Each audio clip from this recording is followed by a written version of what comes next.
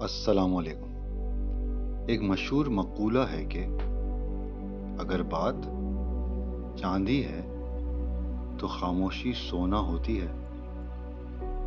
یقینی طور پر تمام خاموشی سنہری نہیں ہوتی، لیکن خاموشی کے بھی کچھ قوانین ہوتے ہیں، جیسا کہ جھوٹ سن کر خاموش رہنا بزدلی ہے، اداسی کے وقت خاموشی فخر، آزمائش کے وقت خاموش رہنا حکمت، سچ کی گواہی کے وقت خاموشی خیانت ہوتی ہے، غصے کے وقت خاموشی طاقت، اور فیصلے کے وقت خاموشی ہچکچاہٹ ہوتی ہے۔